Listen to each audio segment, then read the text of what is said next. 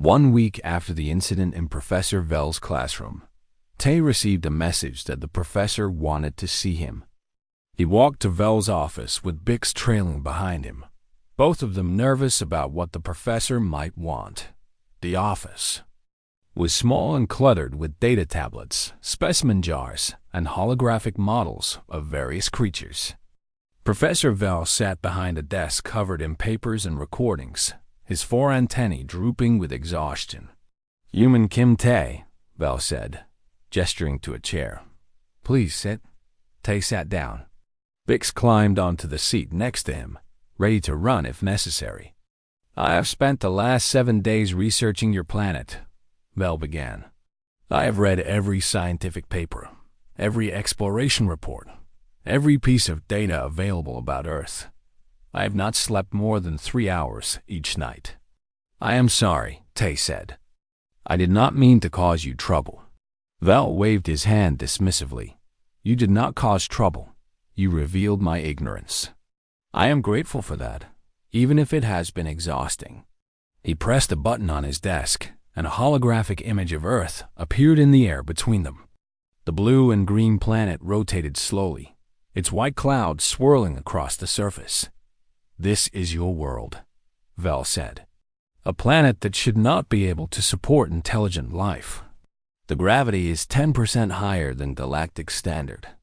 The atmospheric oxygen concentration is dangerously high. The temperature variations between seasons and regions are extreme. The tectonic activity causes regular earthquakes. The weather systems include storms capable of destroying cities." The hologram zoomed in to show a hurricane spinning over an ocean, and that is just the environment. The life forms on Earth are equally hostile. Over 300,000 species of known predators, countless parasites and diseases, venomous creatures on every continent, toxins in plants, animals, and even the water in some areas. The image changed to show a collection of Earth creatures: lions, sharks, crocodiles, snakes, spiders. Each one looked more dangerous than the last. By every measure we use to classify death worlds, Earth qualifies. In fact, it exceeds the threshold for several categories. It should be marked with the highest warning level. Ships should not be allowed to land there. Vell leaned back in his chair and looked at Tay. "And yet, your species not only survives on this world, but thrives.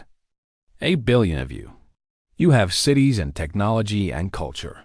You have conquered your environment and spread across your entire planet. We have help from science and technology," Tay said. "Medicine, engineering, agriculture.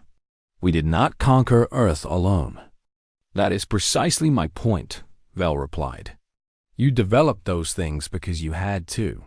Your world forced you to become intelligent, to cooperate, to innovate. The challenges that would have destroyed other species made you stronger." He pressed another button and the hologram changed again. Now it showed a timeline of human history, with markers for major achievements. You discovered fire.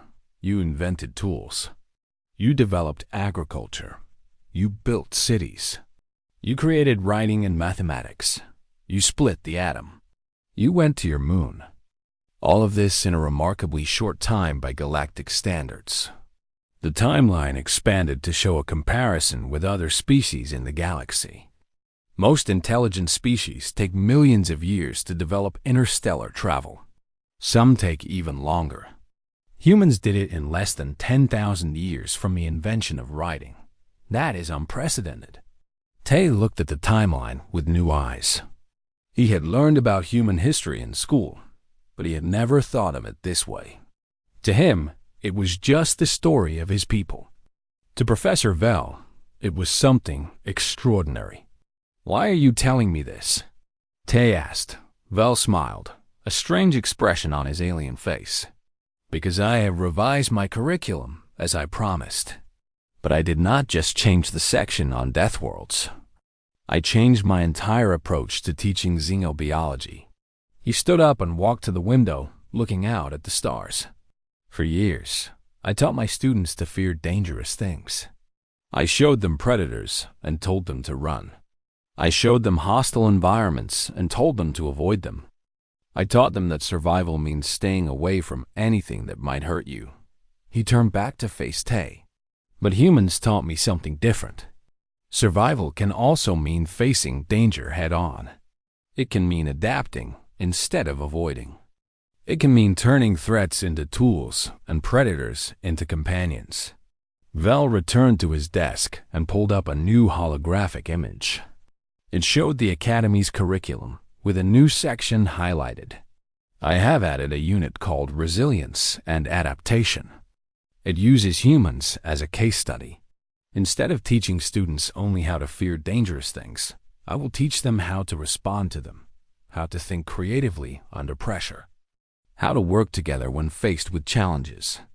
Tay felt a warmth in his chest. That sounds wonderful, Professor. I hope it will be. And I hope you will agree to help me teach it. Tay's eyes widened. Me? I am just a student. You are also the only human at this academy. You have knowledge and experience that I cannot get from any database. I would like you to be a guest speaker in my class, if you are willing. Tay looked at Bix, who was bouncing excitedly in his seat. Say yes, Bix squeaked. This is amazing. Tay turned back to Professor Vel. I would be honored. Vel nodded, looking satisfied. Good. We will begin next week. For now, go enjoy your day. You have given this old professor much to think about. Tay and Bix left the office and walked through the Academy's hallways. News of Professor Vel's curriculum change had already spread, and students were reacting in different ways. Some were excited. Others were confused. A few were still too scared of humans to care. But something had shifted. Tay could feel it in the way people looked at him now. There was still fear, but there was also curiosity and respect. They were no longer just seeing a monster from a death world. They were seeing a representative of a species that had overcome incredible odds. That evening, Tay returned to his room to call his family. Bix sat nearby, watching with fascination as Tay connected to the communication system. His mother's face appeared on the screen. Park Hannah was a small woman with kind eyes and gray streaks in her black hair. She smiled when she saw her son. Tay, I was just thinking about you. How are you? Are you eating enough? You look thin. I am fine, Mother. The food here is strange, but I am managing. Strange how? Are they feeding you that gray paste again? Yes, mostly. His mother made a disapproving sound. I wish I could send you some real food. Maybe some rice and kimchi. You need proper nutrition. I know. I miss your cooking.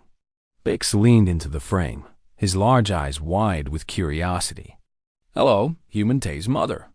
Hannah blinked in surprise, then smiled. Oh, is this your friend? The small furry one you told me about? Yes, this is Bix. Bix, this is my mother. Hello, Bix, Hannah said warmly.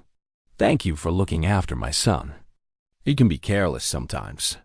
I do not look after him, Bix admitted. He looks after me. He's very scary to all the predators here. Hannah laughed. Tay? Scary? He was afraid of the dark until he was 10 years old. Mother? Tay protested, his face turning red. Bix looked at him with new interest. You were afraid of the dark? I was a child. Many children are afraid of the dark. But you come from a death world, Bix said. How can you be afraid of something as simple as darkness? Hannah laughed again. Death world? Is that what they call Earth? I suppose it does try to kill us sometimes. Last month, we had a typhoon that knocked down trees all over the neighborhood. Bix squeaked in the lawn. A typhoon? Are you safe? Oh, yes. The storm passed in a day. We cleaned up the fallen branches and fixed the damaged roofs. Life went on. You fixed things and moved on? After a disaster? What else would we do?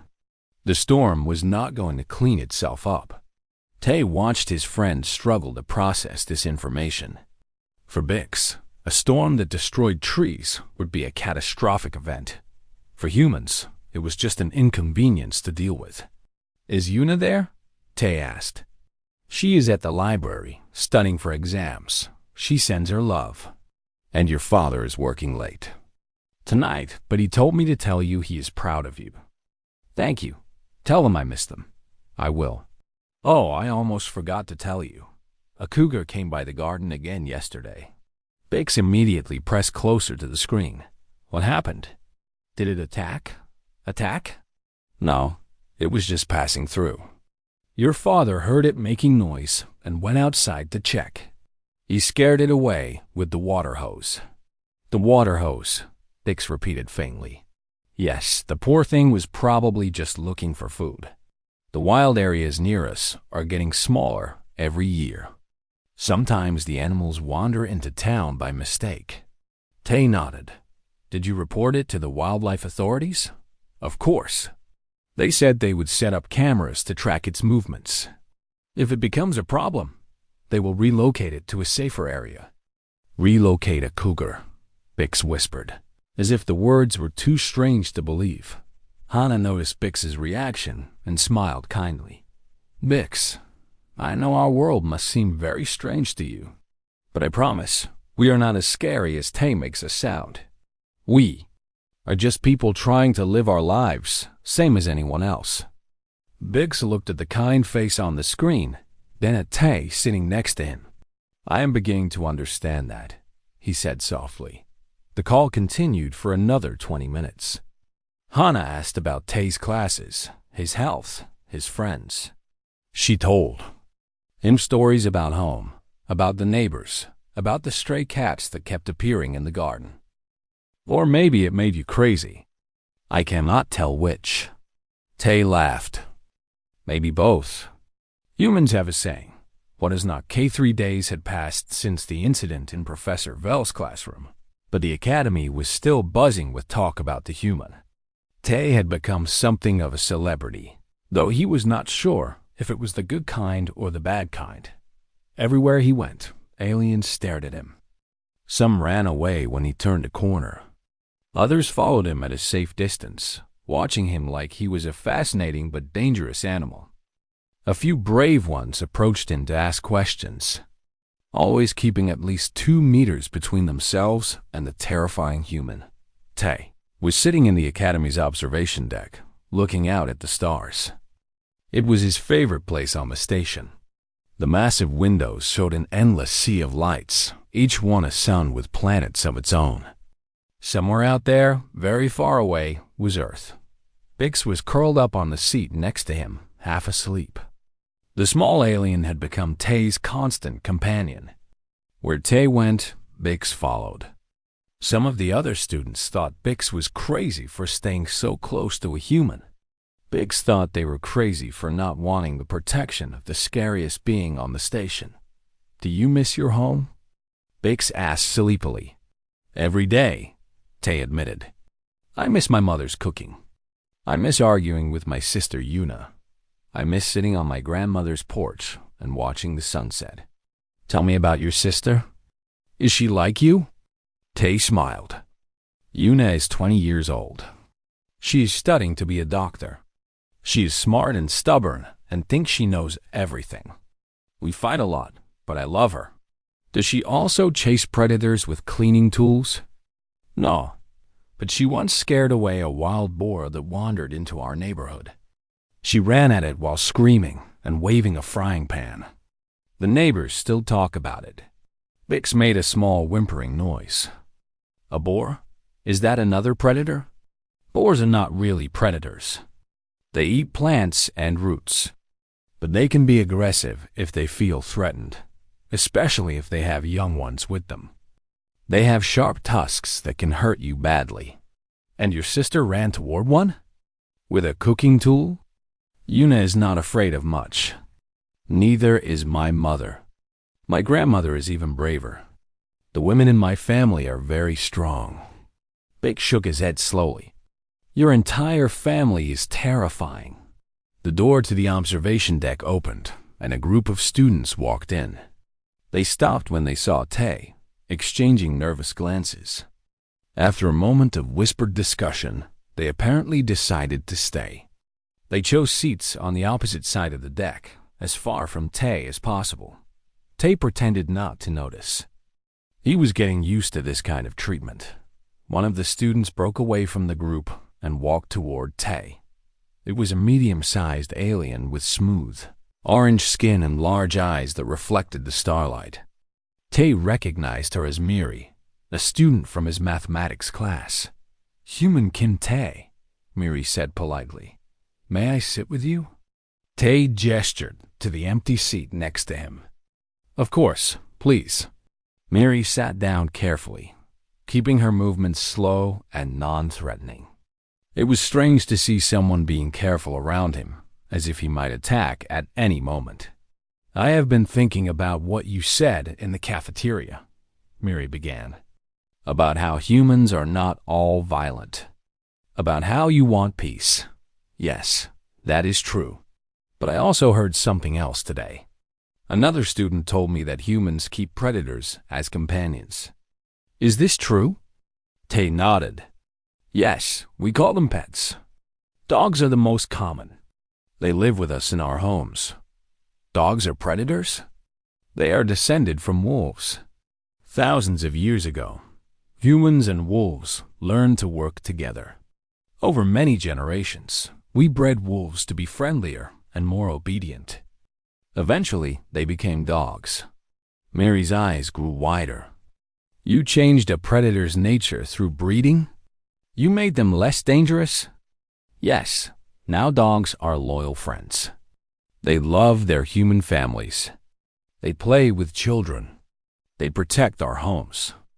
Some dogs are trained to help blind people or rescue earthquake survivors." "Earthquake survivors," Mary repeated. "You mentioned earthquakes before. Those are when the ground shakes." "Yes. Sometimes buildings collapse and people get trapped under the rubble. Dogs have amazing senses of smell. They can find buried survivors that humans cannot locate on their own. Many lives have been saved by rescue dogs." Mary was silent for a moment, processing this information. "So you took a dangerous animal and turned it into a helper that saves lives." "Exactly. What about other animals? Do you keep other predators as pets?" Tay thought about it.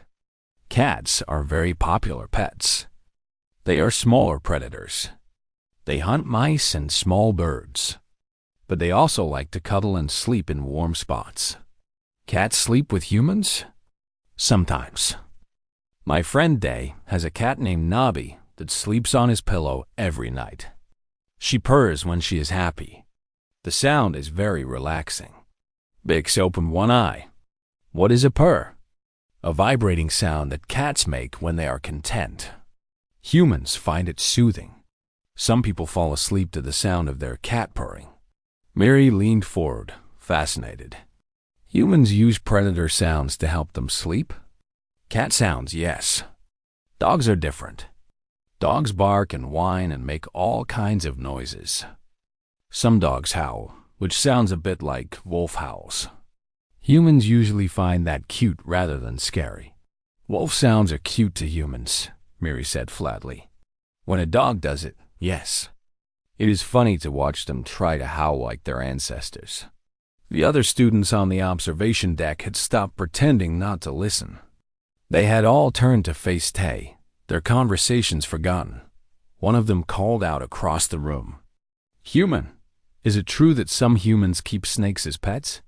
Tay turned to look at the speaker, a tall alien with metallic skin. "Yes, snakes are popular pets too. Some people like them because they are quiet and do not need much attention. Are snakes dangerous?" "Some snakes are very dangerous. They have venom that can kill. But the ones people keep as pets are usually not venomous. They just wrap around their owner's arm and hang there. Some people find it comforting." Several students shuddered visibly. "What about bigger things?" Another student asked, "Do humans keep larger predators as pets?" "Not as commonly.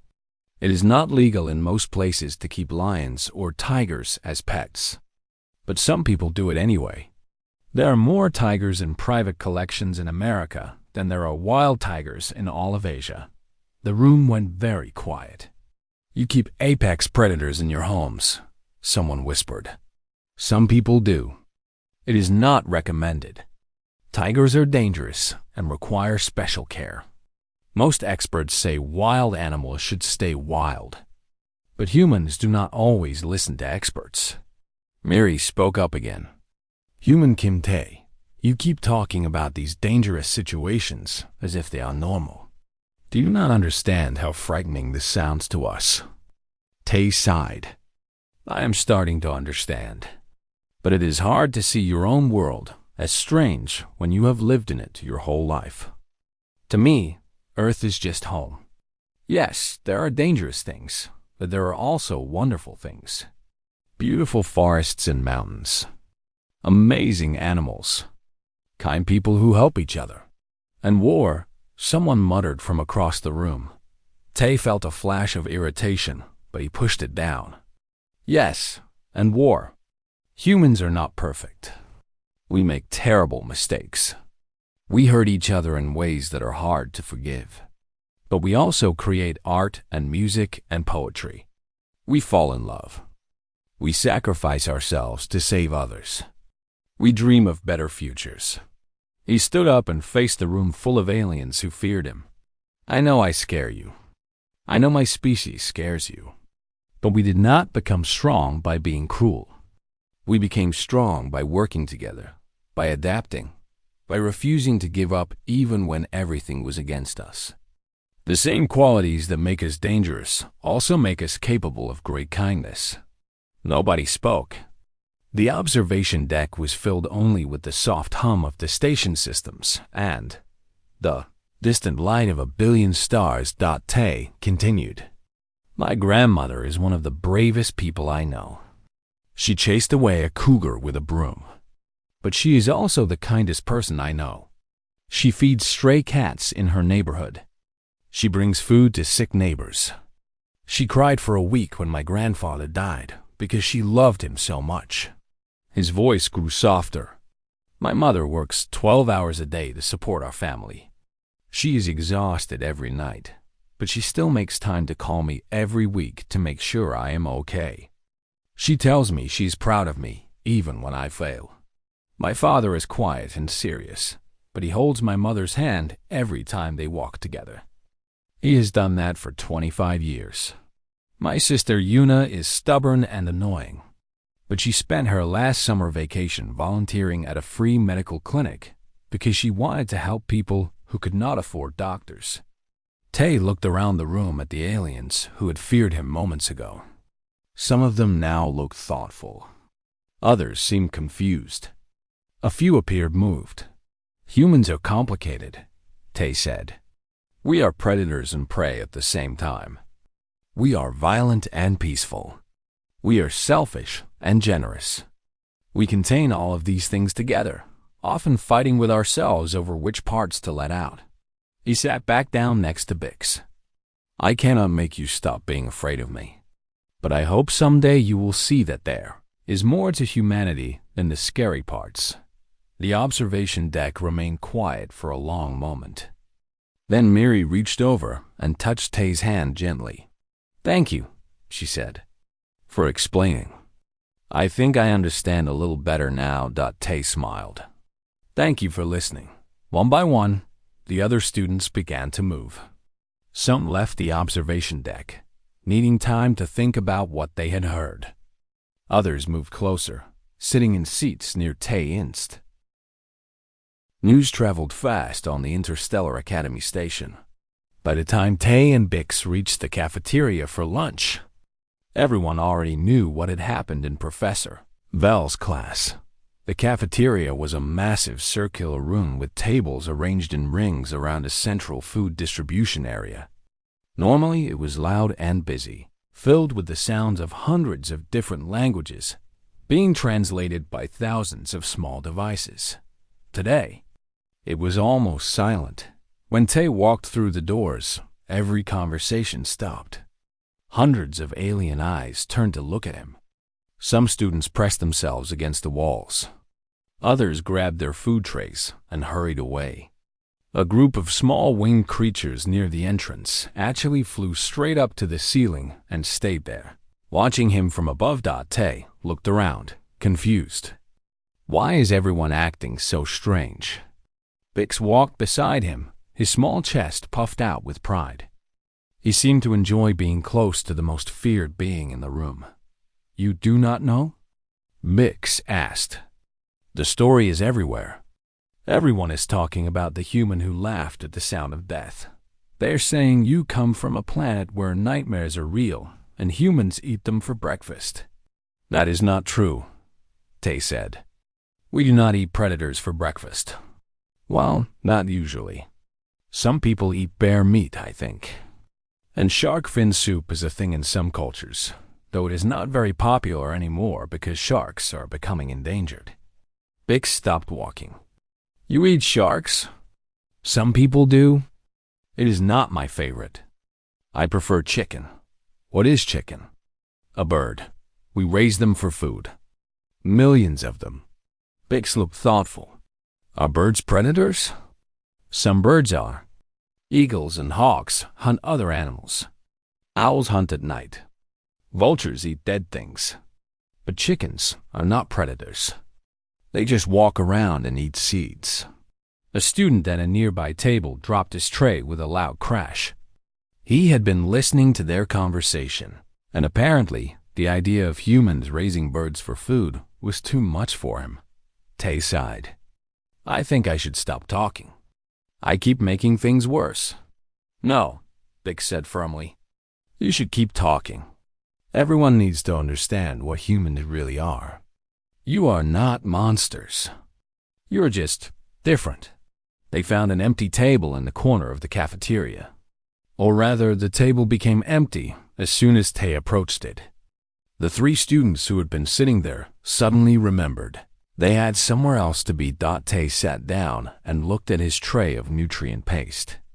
The Academy food dispensers tried their best to create meals suitable for all species. But for humans, that usually meant a gray paste that tasted like nothing. He missed his mother's cooking more than ever. You look sad, Bix observed, climbing onto the chair across from Tay. I am just homesick, Tay admitted. I miss Earth. I miss my family. I miss food that actually tastes like food. What does Earth food taste like? Tay smiled. So many things. Sweet, sour, salty, spicy. My mother makes this amazing soup with vegetables and meat and noodles. My grandmother bakes bread that is soft and warm. My sister makes terrible coffee, but I miss that too. Coffee? Bix asked. A drink made from roasted beans. It gives you energy and helps you wake up in the morning. Humans love it. We drink billions of cups every day. Billions, Bix repeated softly. There are billions of humans? About 8 billion, last time I checked. Bix's ears went flat against his head. 8 billion humans. 8 billion beings from a death world. Earth is not officially classified as a death world, Tay pointed out. Only because nobody thought to classify it. I am sure Professor Vell is fixing that mistake right now. As if on cue, the cafeteria doors opened and Rilo walked in. The tall green alien spotted Tay immediately and marched toward his table with determination in her step. Human, Rilo said, sitting down without asking permission. I have questions. Tay nodded politely. I will try to answer them. Earlier, you mentioned that humans go into predator territory for fun. You called it hiking. Explain this. Tay leaned back in his chair. Hiking is when you walk through natural areas like forests or mountains. You carry supplies in a backpack and follow trails. Sometimes you camp overnight, sleeping in a tent under the stars. Why? Rilo asked, genuinely confused. Why would anyone do that? Because it is beautiful. Because it feels good to be in nature. Because it is exciting and adventurous. Humans enjoy challenging themselves. Challenging yourselves, Rilo repeated. By walking into areas where predators live. The predators usually stay away from groups of humans. If you make noise while you walk, they hear you coming and leave. Most of them do not want to fight us. Most, Rilo emphasized. But sometimes they do. Tay nodded. Yes, sometimes a bear will attack a hiker, or a cougar will stalk a trail runner. People get hurt. Sometimes people die. But it is rare, and yet humans continue to do it. Yes, the risk is part of what makes it exciting. Rilo stared at him for a long moment. Her 4 eyes blinked one at a time, which meant she was processing difficult information. Human Kim Tae, she finally said, I'm trying to understand your species, but I cannot. You live on a planet that wants to kill you. Your weather tries to destroy you. Your predators hunt you. And yet you go outside for fun. You swim in waters with sharks for enjoyment. You climb mountains where the air is too thin to breathe. Why? Tay thought about it. It was a good question. One he had never really considered before. I think, he said slowly, it is because we would go crazy if we just stayed inside all the time. Yes, Earth is dangerous. But it is also beautiful. The sun sets over the ocean.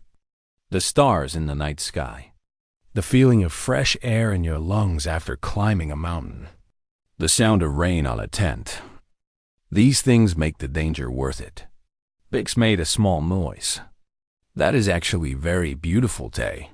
Also, Tay added, humans get bored easily. We need excitement. We need challenges. If our world was completely safe, we would probably find ways to make it dangerous just to have something to do. That is terrifying, Rilo said. Maybe, but it is who we are. A group of students had gathered around their table, listening to the conversation. They were keeping a safe distance, but their curiosity had overcome their fear. One of them, a small being with shiny blue skin, raised a tentacle. Human, I have a question. Tay nodded. Go ahead. I heard that humans have something called war. Is it true that you fight each other? The cafeteria went quiet again. Even the machines that prepared food seemed to stop humming. Tay felt uncomfortable. This was not something he liked to talk about. Yes, he admitted. Humans have wars. We have fought each other throughout our history. Over land, over resources, over beliefs, over power. Millions of people have died in wars. Why would you fight your own species? Another student asked, horrified. I did not know how to explain it. We disagree on things. Sometimes those disagreements become violent. It is not our best quality. Have you been in a war? Rilo asked. No, I am lucky. I grew up in a peaceful time and place. But my grandfather was in a war when he was young. He does not talk about it. Bix looked worried. Tay, if humans fight each other, what does that mean for the rest of us? Tay understood the fear behind the question.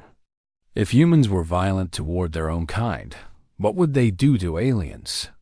Humans are not all the same, Tay said carefully. Some of us are violent and cruel. But most of us are not. Most of us just want to live in peace, raise our families, and be happy. We create art and music and stories. We fall in love. We take care of each other. The wars are a dark part of our history, but they do not define all of us. He looked around at the scared faces watching him. I came to this academy to learn, Tay continued. To meet new people from different worlds. To understand the galaxy better. I did not come here to hurt anyone. I am just a student, like all of you. The tension in the room eased slightly. A few students nodded. One of them even smiled, though it was a nervous smile. Rilo stood up. I believe you, human Kim Tae. You do not seem violent or cruel. But your species is still the most frightening thing I have ever encountered. I hope you understand that. I understand, Tay said. And I am sorry if I scared everyone today. I was just trying to explain that the sounds in class were not as dangerous as Professor Vel thought. That is exactly what makes it scary, Rilo replied. What is normal for you is a nightmare for everyone else. She walked away, leaving Tay alone with Bix and his grain nutrient paste. The cafeteria slowly returned to normal. Conversations started up again, though many of them seemed to be about the human at the corner table. Students came and went, some of them sneaking glances at Tay, others deliberately avoiding looking in his direction. Bix ate his meal quietly, occasionally glancing up at his friend. Tay, Bix said after a while, can I ask you something personal? Of course. Are you ever scared of anything? Tay thought about it. Yes, many things. I am scared of failing my classes. I am scared of disappointing my family. I am scared of being alone. I am scared of losing the people I love. But you are not scared of predators? Or storms? Or the dangerous things on your planet? I respect them, Tay said. I am careful around them. But I am not terrified of them the way everyone here seems to be. Maybe because I grew up with them. They are just part of life. Bix nodded slowly. I think that is the difference between humans and the rest of us. You grew up on a world that tried to kill you every day. It made you strong. It made you brave. That is just a cougar. We have hundreds of thou. The silence in the classroom stretched on for what felt like hours. Nobody moved. Nobody spoke. Even the floating lights near the ceiling seemed to have stopped their gentle drifting. Professor Vel stood on the stage with his mouth hanging open. His 4 antennae were pointing in 4 different directions, which meant his brain was trying to process too many thoughts at once. His translator device made a small clicking sound, as if it too was confused. Bix still had his paw wrapped around Tay's sleeve. His large round eyes were wider than Tay had ever seen them. The small furry alien was breathing very fast, and his ears were twitching rapidly. Tay, Bix finally whispered, what is a cougar? Tay looked at his friend and smiled. It is a type of big cat. We also call them mountain lions or pumas. They live in the forests and mountains on Earth. They are maybe this big. He held his hands apart to show the approximate size. They weigh around 60 to 90 kilograms, I think. The big males can be a bit larger. A student 3 rows behind Tay made a choking sound. It was a tall creature with purple scales and 6 eyes. All 6 of those eyes were now fixed on the human with an expression of pure horror. 60 to 90 kilograms, the purple student repeated slowly. That is larger than most sentient beings in the galaxy. And you say your grandmother fought one with a broom? Tay nodded. She did not really fight it. She just made a lot of noise and waved the broom around. Cougars do not like loud noises or confrontation. They usually run away if you stand your ground and act aggressive. Act aggressive, Professor Vel repeated. His voice sounded strange and distant. You are telling me that humans act aggressive toward level A predators as a defensive strategy? Well, yes. That is what you are supposed to do with most predators, actually. You make yourself look big and loud. Never run because that triggers their chase instinct. Eye contact is important too. You stare them down and show them you are not afraid. The student made of floating rocks, who had reassembled himself in the corner of the room, suddenly fell apart again. Bix tugged harder on Tay's sleeve. Tay, are you saying that Earth has multiple types of predators like this cougar creature? Tay thought about it for a moment. Oh yes, many types. Cougars are just one kind. We also have wolves, which hunt in packs. Bears are much bigger than cougars. There are different kinds of bears, too. Brown bears, black bears, polar bears. Polar bears are the most dangerous ones. They live in the cold regions and can grow to be very large. A student near the front of the room fainted. Her friends caught her before she hit the floor. What else? Bix asked, though his voice was shaking badly. What other predators does Earth have? Tay scratched his chin thinking this was actually a nice chance to talk about home. He had been feeling homesick lately, and talking about Earth made him feel better. Well, there are big cats all over Earth, not just cougars. Africa has lions, which are very famous. They live in groups called prides. Leopards are sneaky and like to hide in trees. Tigers are the biggest cats and live in Asia. They are solitary hunters and very powerful. How powerful? Professor Vell asked. He had taken a step backward without realizing it. A tiger can weigh over 300 kilograms. They can drag prey that weighs twice as much as they do. Their bite is strong enough to crush bone. Several more students fainted. One of them, a small creature that looked like a floating jellyfish, simply deflated and drifted slowly to the ground. Oh, Tay continued, and we have crocodiles and alligators. They are reptiles that live in water and on land. Some of them can grow to be 6 or 7 meters long. They have been on Earth for millions of years. They are basically living dinosaurs. What is a dinosaur? Big squeaked. Giant reptiles that lived on Earth a long time ago. Some of them were as tall as buildings. They are all dead now. The crocodiles survived. They have not changed much in millions of years because they are already perfect killing machines. Professor Vell sat down heavily on the stage. His legs did not seem to be working properly anymore. His antennae had all gone limp and were hanging down around his face like wet noodles. The oceans, Vell said weakly. What about the oceans of your planet? Tay's face lit up. Oh, the oceans are full of amazing creatures. Sharks are probably the most famous ocean predators. Great white sharks can grow to 6 meters long and have rows and rows of teeth. They can smell a single drop of blood from very far away. Blood, Bix whispered. They hunt by smelling blood. Yes, and there are also killer whales, which are actually dolphins. They are very smart in hunting groups. They can take down prey much larger than themselves, even great white sharks. And of course, there are giant squids in the deep ocean. Some scientists think there might be even bigger things down there that we have not discovered yet. Things you have not discovered? A student shouted from the back of the room. There are predators on your planet that you do not even know about? Tay shrugged. We have only explored a small part of our ocean. Most of it is too deep and too dark for us to study easily. We find new species every year. The room erupted into chaos. Students were screaming and crying. Some were trying to run for the doors. Others were calling their families on communication devices, crying and saying goodbye.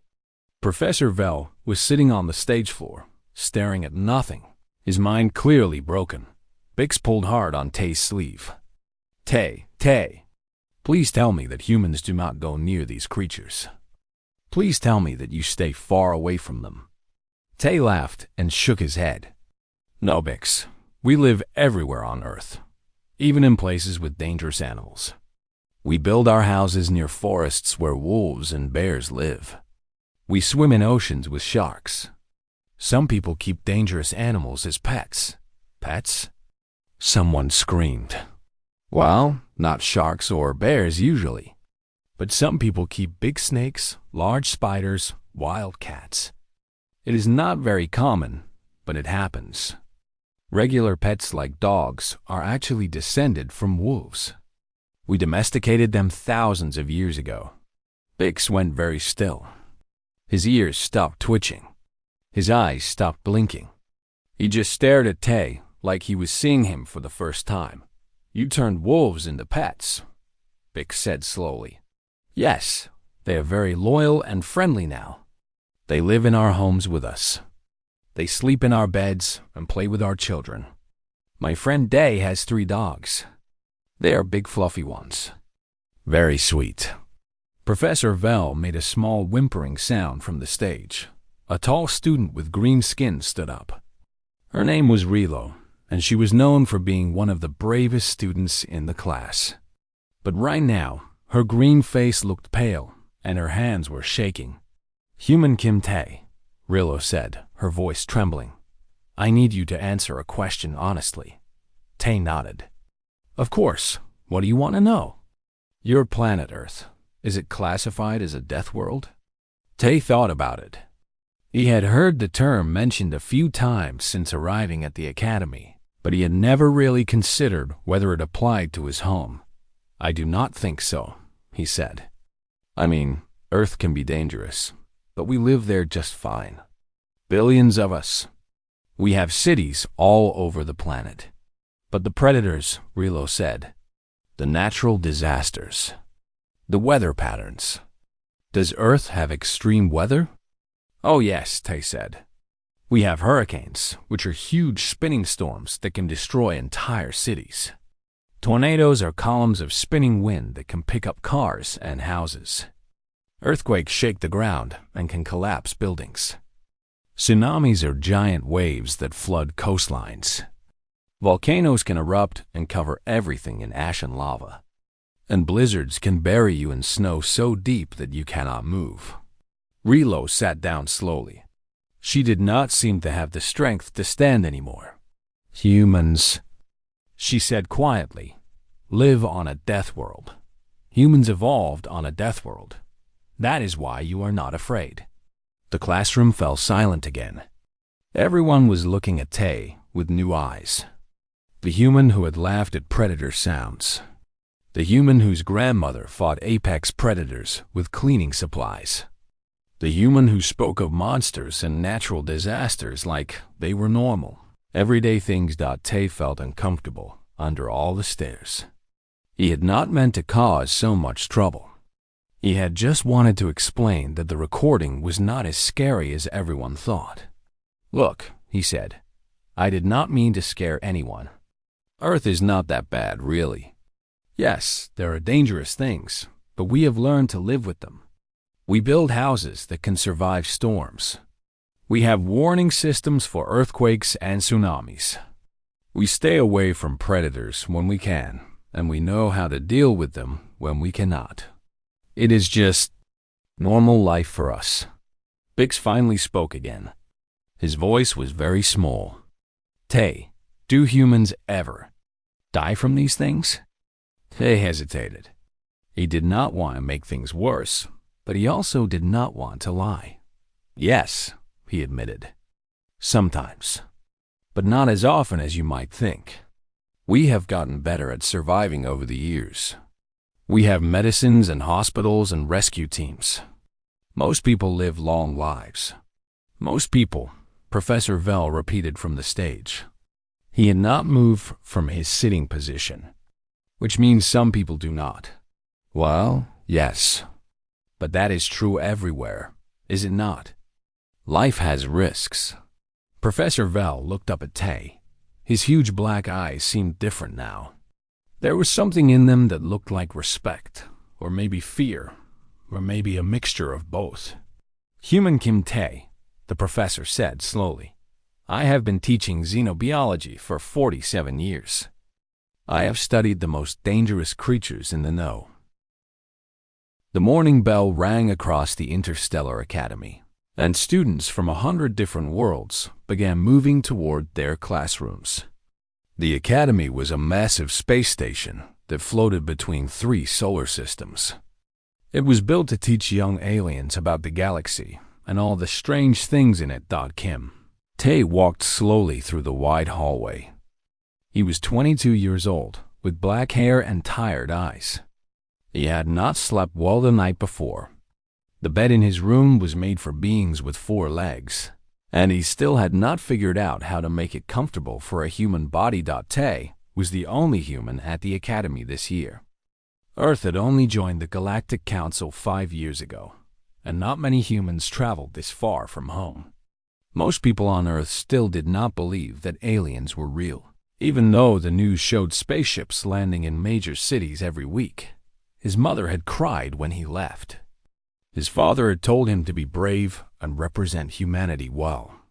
His younger sister Yuna had simply laughed and said he would probably get eaten by some space monster within a month. So far, No space monsters had tried to eat him. But the food in the cafeteria was terrible, and he missed rice more than he thought possible. Tay entered the large lecture hall and looked for an empty seat. The room was shaped like a half circle, with rows of seats going up toward the back. Strange lights floated near the ceiling, and the walls were made of some kind of metal that changed color every few minutes. Most of the seats were already taken.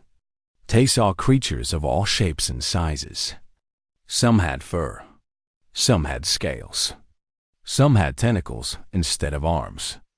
One student in the front row appeared to be made entirely of floating rocks held together by purple energy. He spotted an empty seat near the middle and made his way toward it. The student next to the empty seat was a small furry creature named Bix. Bix had large round eyes, soft brown fur, and ears that stuck up like a rabbit's ears. He came from a planet called Vori, where everyone was small and furry and very easily scared. Bix and Tay had become friends during the first week of school. Bix was terrified of almost everything, but he found humans fascinating. He had once spent 3 hours asking Tay questions about Earth food, and he had nearly fainted when Tay mentioned that humans ate the flesh of other animals. "Good morning, Tay," Bix said in his small, squeaky voice. His translator device hung around his neck like a necklace, turning his words into sounds Tay could understand. "Morning, Bix," Tay replied, sitting down heavily. "I am so tired. I dreamed about my grandmother's cooking last night. She makes the best soup." Bix tilted his head. "Is soup a predator?" Tay laughed. "No, Bix. Soup is food. Liquid food. Very warm and delicious." "Oh," Bix looked relieved. With humans, he never knew what to expect. Last week, Tay had casually mentioned that humans sometimes swam in large bodies of water for fun, and Bix had needed to sit down for 20 minutes to recover from the shock. The floating lights dimmed, and a figure walked onto the stage at the front of the room. It was Professor Vel, their xenobiology teacher. Vel was tall and thin, with gray skin and 4 long antennae growing from the top of his head. His species came from a planet with very little sunlight, so his eyes were huge and completely black. "Good morning, students," Vel said. His voice was calm and serious, as always. "Today, we begin a very important unit in our studies. Today, we learn about death worlds." A murmur went through the classroom. Tay noticed that several students looked nervous. Bix grabbed the edge of his seat with his small paws. "What are death worlds?" Val continued, walking slowly across the stage. "They are planets where the conditions are so dangerous, so hostile, that most intelligent life cannot survive. The gravity is too strong. The weather is too violent. The predators are too deadly." Vel pressed a button, and a holographic display appeared in the air above him. It showed a planet covered in dark forests and stormy oceans. The Galactic Council has cataloged over 300 death worlds. These planets are marked with warning signs. Ships are not allowed to land on them. Anyone who goes to these planets does so at their own risk, and they usually do not come back. Tay leaned back in his chair, mildly interested. He wondered which planets were on the list. He had heard stories about dangerous worlds, but he had never paid much attention to them. "Today," Val said, "we will focus on the predators of death worlds.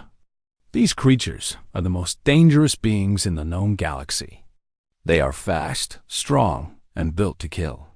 Many of them have no natural enemies. They sit at the top of their food chains, and they fear nothing." The professor pressed another button.